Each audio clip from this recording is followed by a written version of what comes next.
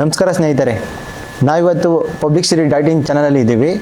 ತುಮಕೂರಿನ ಬಿಸಿ ಬಿಸಿ ಚರ್ಚೆ ಅದ್ರ ಬಗ್ಗೆ ಮಾತಾಡೋಣ. ನಮ್ಮ ಜೊತೆ ಇದ್ದಾರೆ ಸೀನಿಯರ್ ಅಡ್ವೊಕೇಟ್ ಆದಂಥ ಮತ್ತು ಜರ್ನಲಿಸ್ಟ್ ಆದಂಥ CK ಮಹೇಂದ್ರ ಸರ್ ಅವರು. ಅವ್ರ ಹತ್ರ ಕೇಳೋಣ, ಸರ್ ಇವತ್ತಿನ ತುಮಕೂರಿನಲ್ಲಿ ನಡೀತಿರೋ ಬಿಸಿ ಬಿಸಿ ಚರ್ಚೆ ಯಾವ್ಯಾವ ಥರ ಇದೆ ಸರ್?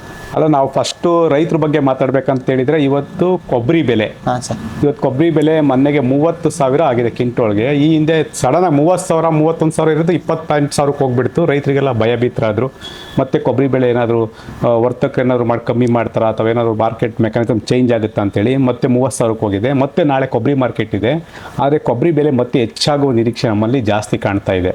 ಅಂದರೆ ಇದು ಒಂದು ಐತಿಹಾಸಿಕ ದಾಖಲೆ, 30,000 ರೂಪಾಯಿ ಕೊಬ್ಬರಿ ಹೋಗಿರೋದು. ಆದರೆ ಮಾರ್ಕೆಟ್ ಪ್ರಿಡಿಕ್ಟನ್ನು ನೋಡಿದರೆ ನಾವು ಅಥವಾ ಮಾರುಕಟ್ಟೆ ವರ್ತಕರನ್ನು ಕೇಳಿದರೆ 35,000ವರೆಗೂ ಕೊಬ್ಬರಿ ಬೆಲೆ ಹೋಗುವ ನಿರೀಕ್ಷೆ ಇದೆ ಅಂತ ಹೇಳ್ತಾ ಇದೆ. ಅಂದರೆ ಇಡೀ ತೆಂಗು ಬೆಳೆಯಲ್ಲಿ ಕಮ್ಮಿ ಆಗಿದೆಪ್ಪ, ಅಂದರೆ ತೆಂಗು ಮಾರ್ಕೆಟಿಗೆ ಬರೋದು ಕಮ್ಮಿ ಆಗಿದೆ. ತೆಂಗು ಅಂದರೆ ಕೊಬ್ಬರಿನ ಬರೀ 1 ನಿಮಿಷಕ್ಕೆ ಮಾಡೋಕ್ಕಾಗಲ್ಲ.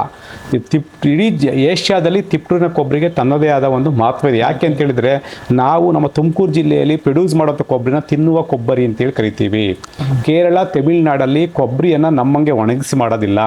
ಅವ್ರೇನು ಮಾಡ್ತಾರೆ, ಕಾಯಿಯನ್ನು ಕಿತ್ಬಿಟ್ಟು ಡ್ರೈಯರ್ಗೆ ಹಾಕಿ ಡ್ರೈಯರ್ ಒಣಗಿಸ್ಬಿಟ್ಟು ಕೊಬ್ಬರಿ ಮಾಡ್ತಾರೆ. ಅಂದರೆ ವಿತಿನ್ ಕಾಯಿ ಕಿತ್ತು ಒಂದು ತಿಂಗಳಿಗೆ ಅವ್ರು ಡ್ರೈಯರ್ಗೆ ಹಾಕ್ಬಿಡ್ತಾರೆ. ಕೊಬ್ಬರಿ ಆಗುತ್ತೆ, ಅದು ಎಣ್ಣೆಗೆ ಹೋಗುತ್ತೆ. ಅಂದರೆ ಮಿಲ್ಲಿಂಗ್ ಕೊಬ್ಬರಿ ಅಂತೇಳಿ ಕರಿತೀವಿ.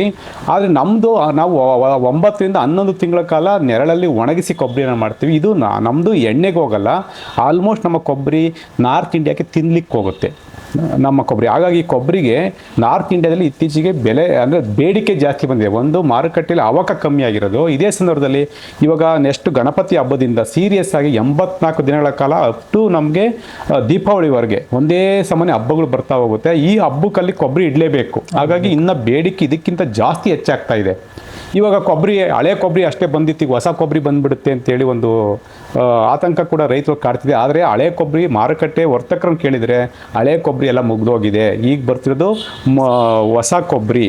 ಹಾಗಾಗಿ ಕೊಬ್ಬರಿ ರೈಟು ಕಮ್ಮಿ ಆಗುವ ಸಾಧ್ಯತೆ ಕಮ್ಮಿ ಅಂತೇಳಿ ಎಲ್ಲ ವರ್ತಕರು ಕೂಡ ಅಂದಾಜಾಗಿದ್ದಾರೆ. ಆದರೆ ಯಾಕೆ ಇವಾಗ ಈ ಕೊಬ್ಬರಿ ಈ ಥರ ರೈಟ್ ಜಾಸ್ತಿ ಆಗಿದೆ ಕೂಡ ವರ್ತಕರಿಗೂ ಕೂಡ ಭಯ ಶುರುವಾಗಿದೆ. ಅಂದರೆ ಯಾವ ವರ್ತಕರು ಕೂಡ 30,000 ಕ್ವಿಂಟಲ್ ಕೊಬ್ಬರಿ ಕೊಟ್ಟು ಕೊಂಡುಕೊಳ್ಳುವ ಶಕ್ತಿಯನ್ನು ತಿಪ್ಟೂರಲ್ಲಿ ಹೊಂದಿಲ್ಲ. ಅಂದರೆ ಅವ್ರ ಹತ್ರ ದುಡ್ಡಿದ್ರೂ ಕೂಡ ಬೇರೆ ಬೇರೆ ಕಡೆ ಇನ್ವೆಸ್ಟ್ಮೆಂಟ್ ಮಾಡಿದ್ರು, ಕೊಬ್ಬರಿಗೆ ಎಷ್ಟು ಬೇಕು ಅಷ್ಟನ್ನಷ್ಟ ಇನ್ವೆಸ್ಟ್ಮೆಂಟ್ ಮಾಡ್ಕೊಂಡಿದ್ರು. ಈಗ ಕೊಬ್ಬರಿ ವರ್ತಕರು ಹೆಚ್ಚು ಇನ್ವೆಸ್ಟ್ಮೆಂಟನ್ನು ಮಾಡಬೇಕಾಗಿದೆ. ಬಂಡವಾಳವನ್ನು ತಂದು ಕೊಬ್ಬರಿ ಮೇಲೆ ಹಾಕಿ ಮತ್ತೆ ಅದನ್ನು ಮಾರಾಟ ಮಾಡಬೇಕಾಗಿದೆ. ಏನು ನಮ್ಮ ನೆಗೆಟಿವ್ ಪಾಯಿಂಟ್ ಏನು ನಮ್ಮ ಮಾರ್ಕೆಟ್ ಅಂತ ಹೇಳಿದರೆ, ಉತ್ತರ ಭಾರತದ ನೇರವಾಗಿ ಯಾರು ಬಂದು ಕೊಬ್ಬರಿ ಕೊಂಡ್ಕೊಳಲ್ಲ. ತುಮಕೂರಿನ ಸ್ಥಳೀಯ ವರ್ತಕರು ಕೊಬ್ಬರಿಯನ್ನು ರೈತರಿಂದ ಕೊಂಡು ಅದನ್ನು ಉತ್ತರ ಭಾರತ ಬೇಡಿಕೆ ಅನುಸಾರವಾಗಿ ಅವರು ಕಳಿಸ್ಕೊಡ್ತಾರೆ. ನಮ್ಮ ಬ್ರ್ಯಾಂಡ್ ಇದೆ, ಅಲ್ಲಿಯ ವರ್ತಕರು ಇಲ್ಲಿಯ ವರ್ತಕರನ್ನು ಕೇಳ್ತಾರೆ, ನಮ್ಗೆ ಇಷ್ಟು ಕೊಬ್ಬರಿ ಬೇಕು ಈ ವಾರ, ಈ ತಿಂಗಳಿಷ್ಟು ಕೊಬ್ಬರಿ ಬೇಕಂತೇಳಿ. ಆ ಬೇಡಿಕೆಗೆ ಅನುಸಾರವಾಗಿ ಇಲ್ಲಿ ಮಾರ್ಕೆಟಿಗೆ ಬರೋ ಕೊಬ್ಬರಿ ಅವಕಕ್ಕೆ ಅನುಗುಣವಾಗಿ ಪ್ರೈಸ್ ರೈಟ್ ಒಂದು ಮೆಕ್ಯಾನಿಸಮ್ನು ಹೇಳೋದು ಕೆಳಗೆ ಬೀಳೋದಿತ್ತು. ಆದರೆ ಇವಾಗ ಅಲ್ಲಿ ಬೇಡಿಕೆ ತುಂಬ ಜಾಸ್ತಿ ಇರೋದ್ರಿಂದ ಕೊಬ್ಬರಿ ಬೆಲೆ ಜಾಸ್ತಿ ಆಗಿದೆ. ಆದರೆ ಇಲ್ಲಿ ಒಂದು ನೆಗೆಟಿವ್ ಪಾಯಿಂಟ್ ಅಂತ ಹೇಳಿದರೆ, ಈ ರೈಟಲ್ಲಿ ಯಾವುದೇ ವರ್ತಕರು ಕೊಬ್ಬರಿಯನ್ನು ಸ್ಟಾಕ್ ಮಾಡಲಿಕ್ಕೆ ಆಗ್ತಿಲ್ಲ. 30,000 ಕೊಟ್ಟು ಕೊಬ್ಬರಿಯನ್ನು ಸ್ಟಾಕ್ ಮಾಡಿ ಪ್ರೈಸ್ ಜೊತೆ ಆಟಾಡೋ ಕೆಲಸಕ್ಕೆ ಅವ್ರು ಮಾಡಲಿಕ್ಕೆ ಆಗ್ತಾ ಇಲ್ಲ. ಇವಾಗ ಏನಾಗ್ತಿದೆ, ಇಲ್ಲಿ ನನಗೆ ಬಂದಿರೋ ಮಾಹಿತಿ ಪ್ರಕಾರ ಎಲ್ಲಿ ಸಾಲ ಜಾಸ್ತಿ ನಿಲ್ಲಿಸಿದ್ರೆ ಆವಾಗ ಕೊಬ್ಬರಿ ರೇಟ್ ಇನ್ನೂ ಜಾಸ್ತಿ ಆಗೋ ಸಾಧ್ಯತೆ ಹೆಚ್ಚಿದೆ. ಯಾಕೆ ಅಂತ ಹೇಳಿದರೆ, ಅಷ್ಟು ದುಡ್ಡು ಕೊಟ್ಟು ವರ್ತಕರು ಕೊಬ್ಬರಿನ ಕೊಂಡ್ಕೊಳ್ಳೋಕೆ ಆಗ್ತಿಲ್ಲ. ಆದರೆ ಈಗ ಯಾವ ರೈತರು ಕೂಡ ಸಾಲವನ್ನು ನಿಲ್ಲಿಸಲ್ಲ. ಇವತ್ತೇ ದುಡ್ಡು ಬೇಕಂತ ಹೇಳ್ತಿದ್ದಾರೆ. ಹಾಗಾಗಿ ರೈಟ್ ಇನ್ನೊಂದು ಸ್ವಲ್ಪ ಜಾಸ್ತಿ ಆಗೋದು ಸ್ವಲ್ಪ ಕಮ್ಮಿ ಆಗಿದೆ.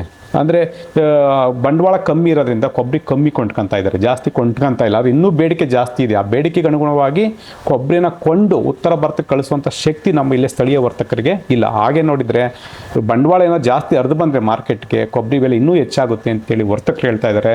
ರೈತರು ಯಾರು ಕೂಡ ಎದುರಾಗತ್ತೆ ಇಲ್ಲ, ಸ್ವಲ್ಪ ನೋಡಿಕೊಂಡು ಕೊಬ್ಬರಿನ ಮಾರಾಟ ಮಾಡಬೇಕು. ಸರ್, ಇವಾಗ ಕೊಬ್ಬರಿ ರೇಟು ಜಾಸ್ತಿ ಆಗ್ತಿದೆ ಅಂತ ಹೇಳಿದ್ರಿ, ಮುಂದೇನು ಇದೇ ರೇಟ್ ಉಳಿಸ್ಕೊಬೇಕು ಅಂದರೆ ರೈತರಿಗೆ ಸಿಗಬೇಕು ಅಂತ ಅಂದರೆ ನಮ್ಮ ಸರ್ಕಾರ ಏನು ಕ್ರಮ ಕೈಗೊಳ್ಳಬೇಕು ಸರ್? ನೋಡಿ, ಕೊಬ್ಬರಿ ಇವತ್ತು ಆವಾಗ ಕಮ್ಮಿ ಆಗಿದೆ ಅಂತ ರೇಟ್ ಜಾಸ್ತಿ ಆಗಿದೆ. ಆದರೆ ಕೊಬ್ಬರಿಗೆ ಈ ಬೆಲೆ ಯಾವತ್ತೂ ಸಿಗಬೇಕಿತ್ತು. ಕೊಬ್ಬರಿ ಆ್ಯಕ್ಚುಲಿ ನಮ್ಮದು ವಿಶೇಷವಾದ ಕೊಬ್ಬರಿ. ನಮ್ಮದು ಇಡೀ ಜಗತ್ತಲ್ಲಿ ಎಲ್ಲೂ ಈ ಥರ ಕೊಬ್ಬರಿ ಮಾಡೋದಿಲ್ಲ. ಅಂದರೆ ಎಲ್ಲ ಕಡೆ ಡ್ರೈಯರಲ್ಲಿ ಒಣಗಿಸ್ಬಿಟ್ಟು ಕೊಬ್ಬರಿ ಮಾಡ್ತಾರೆ. ಆದರೆ ನಮ್ಮ ತುಮಕೂರು ಭಾಗದಲ್ಲಿ ಮಾತ್ರ, ತುಮಕೂರು, ಹಾಸನ ಸ್ವಲ್ಪ ಭಾಗದಲ್ಲಿ ಮಾತ್ರ ಕೊಬ್ಬರಿಯನ್ನು ನೆರಳಲ್ಲಿ 11 ತಿಂಗಳ ಕಾಲ ಇಟ್ಟು ಕೊಬ್ಬರಿ ಮಾಡ್ತೀವಿ. ಇದನ್ನು ನಾರ್ತ್ ಇಂಡಿಯಾದಲ್ಲಿ ತುಂಬ ರಾಜ್ಯಗಳಲ್ಲಿ ತಿನ್ಲಿಕ್ಕೆ ಬಳಸ್ತಾರೆ, ಅಡುಗೆಗೆ ಬಳಸ್ತಾರೆ ಈ ಪುಡಿಯನ್ನು. ಹಾಗಾಗಿ ಇದನ್ನು ಅಲ್ಲಿಯ ಭಾಗಗಳಲ್ಲಿ ಸರ್ಕಾರ ಅಲ್ಲಿ ದೊಡ್ಡ ದೊಡ್ಡ ಜಾಹೀರಾತನ್ನು ನೀಡಿ ಈ ಕೊಬ್ಬರಿಗೆ ಎಷ್ಟು ಮಹತ್ವ ಇದೆ, ಇದರ ಪ್ರಯೋಜನ ಏನು ಅಂತ ಹೇಳಿ ಮಾಡಿದರೆ ಜನ ಇನ್ನೂ ಜಾಸ್ತಿ ಬಳಕೆ ಜಾಸ್ತಿ ಮಾಡ್ತಾರೆ. ಅಂದರೆ ಸರ್ಕಾರ ಕೊಬ್ಬರಿನ ಒಂದು ಏನು ಡ್ರೈ ಫ್ರೂಟ್ ಅಂತ ಪರಿಗಣಿಸಬೇಕು. ಡ್ರೈ ಫ್ರೂಟ್ ಅಂತ ಪರಿಗಣಿಸಿ ನಾರ್ತ್ ಇಂಡಿಯಾದಲ್ಲಿ ಪ್ರಚಾರ ಮಾಡಿದರೆ ನಮಗೆ ಖಂಡಿತವಾಗ್ಲೂ ಕೊಬ್ಬರಿ ಎಷ್ಟೇ ಬೆಳೀಲಿ ಅದು ಈಗಲ್ಲ 30 ಅಲ್ಲ 40ರಿಂದ 50 ಸಾವಿರ ನಾವು ಪ್ರೈಸನ್ನು ತೊಗೊಬೋದು ಯಾವಾಗಲೂ ಕೂಡ. ಸರ್, ಇವಾಗ ನೀವು ಹೇಳಿದ್ರೆ ಕೊಬ್ಬರಿ ರೇಟ್ ಜಾಸ್ತಿ ಆಗ್ತಾ ಇದೆ, ಡೈಲಿ ಮತ್ತೆ ನಾಳೆನೂ ಜಾಸ್ತಿ ಆಗುತ್ತೆ, ಆದರೆ ನಾಳೆನೂ ಜಾಸ್ತಿ ಆಗುತ್ತೆ ಅಂತ ವೆಯ್ಟ್ ಮಾಡಿ ಕೊನೆಗೆ ಕುಸ್ಬಿಟ್ರೆ ಈಗ ನೀವು ರೈತರಿಗೆ ಏನಾರು ಒಂದು ಸಲಹೆ ಕೊಡ್ಬೋದಾ ಸರ್ ಇದ್ರ ಬಗ್ಗೆ? ನೋಡಿ, ಕೊಬ್ಬರಿಗೂ ಒಂದು ಎಕ್ಸ್ಪೈರಿ ಡೇಟ್ ಇದೆ.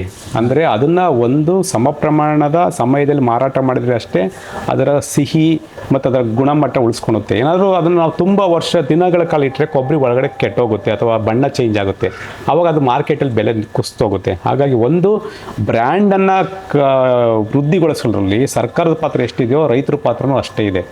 ರೈತರು ದುರಾಸೆಗೂ ಬೀಳಬಾರ್ದು, ತುಂಬ ನಾಳೆ ಜಾಸ್ತಿ ಆಗುತ್ತೆ, ಮಾರ್ಕೆಟನ್ನು ಇಷ್ಟೇ ಅಂದರೆ ಪ್ರಿಡಿಕ್ಟ್ ಮಾಡೋಕ್ಕಾಗಲ್ಲ. ಆದರೆ ಕೊಬ್ಬರಿ ಗುಣಮಟ್ಟ ಮಾತ್ರ ಕಾಪಾಡಿಕೊಂಡ್ರೆ ಖಂಡಿತವಾಗ್ಲೂ ಮಾರ್ಕೆಟಿಗೆ ಬೆಲೆ ಸಿಕ್ಕಿದೆ. ಒಳ್ಳೆ ಹಣ್ಣಿಗೆ ಬೆಲೆ ಸಿಗುತ್ತೆ, ಒಳ್ಳೆ ಗುಣಮಟ್ಟದ ವಸ್ತುಗೆ ಬೆಲೆ ಸಿಗುತ್ತೆ. ಕೆಟ್ಟ ಗುಣಮಟ್ಟದ ವಸ್ತು ಮಾರ್ಕೆಟ್ ಬೀಳ್ತಾ ಹೋಗ್ತಿದ್ರೆ ಕೊಬ್ಬರಿ ತಿನ್ನೋ ಸಂಖ್ಯೆನೇ ಕಮ್ಮಿ ಆಗ್ಬೋದು. ಚೆನ್ನಾಗಿಲ್ಲ ಬಿಡಪ್ಪ, ಏನೋ ಅಷ್ಟೊಂದು ರುಚಿ ಇರಲ್ಲ ಅಂತ ಒಟ್ಟಾರೆ ಭವಿಷ್ಯದ ಮೇಲೆ ಪರಿಣಾಮ ಬಿದ್ದುಬಿಡುತ್ತೆ. ಹಾಗಾಗಿ ಫಸ್ಟು ವರ್ತಕರು, ಸೆಕೆಂಡು ರೈತರು ಯಾವಾಗಲೂ ಕೂಡ ಕೊಬ್ಬರಿ ರೇಟ್ ಕಮ್ಮಿ ಇರಲಿ ಜಾಸ್ತಿ ಇರಲಿ ಗುಣಮಟ್ಟದ ಕೊಬ್ಬರಿನೇ ಮಾರ್ಕೆಟಿಗೆ ಕೊಡಬೇಕು. ಸರಿ, ಕೊಬ್ಬರಿ ಬಗ್ಗೆ ಮಾಹಿತಿ ಕೊಟ್ಟಿದ್ದಕ್ಕೆ ತುಂಬ ಧನ್ಯವಾದಗಳು. ಇದೇ ರೀತಿ ತುಮಕೂರಿನ ದಿನನಿತ್ಯದ ಚರ್ಚೆಗೆ ನಮ್ಮ publicsstory.in ಸಬ್ಸ್ಕ್ರೈಬ್ ಮಾಡಿ ಆ್ಯಂಡ್ ಬೆಲ್ ಐಕಾನ್ನ ಕ್ಲಿಕ್ ಮಾಡೋದು ಮಾತ್ರ ಮರಿಬೇಡಿ. Thank you.